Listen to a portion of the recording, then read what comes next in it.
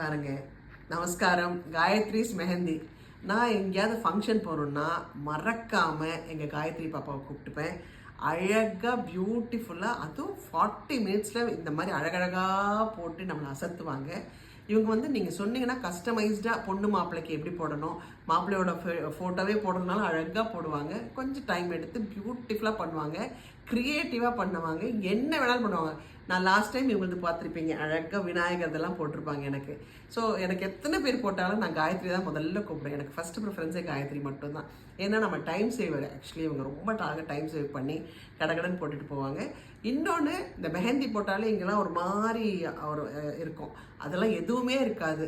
Well பேக்கடாக இருக்கும். ஃபுல்லாக அவங்க ஏற்கனவே அந்த யூகாலிப்டஸ் ஆயிலெலாம் போட்டு ஜம்முன்னு நம்ம கொண்டு வருவாங்க. முதல்ல சளி பிடிக்காது, சீதளமாகாது. So love you Gayathri. உங்களுக்கு ஏதாவது போடணும்னா காயத்ரிஸ் மெஹந்தி இன்ஸ்டாலையும் இருக்காங்க, யூடியூப்பில் இருக்காங்க, ஃபேஸ்புக்கில் இருக்காங்க. எங்கே போனாலும் இவங்க ஜம்முன்னு இருப்பாங்க. இன்னும் என் ஃபோட்டோ பார்த்தீங்கன்னா நீங்கள் இன்னும் போடுங்க. Thank you so much காயத்ரிம்மா.